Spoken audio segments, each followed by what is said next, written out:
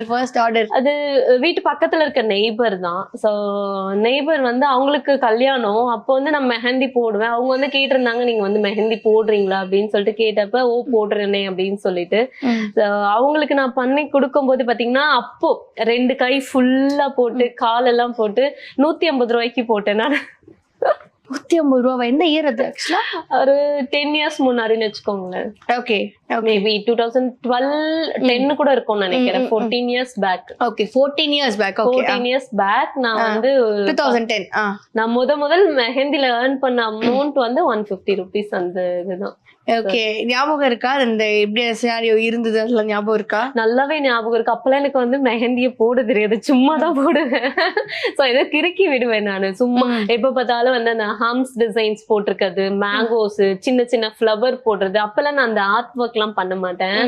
அது நான் வந்து பிரைடு குரூம்னு ஏதோ ஒண்ணு வரைஞ்சு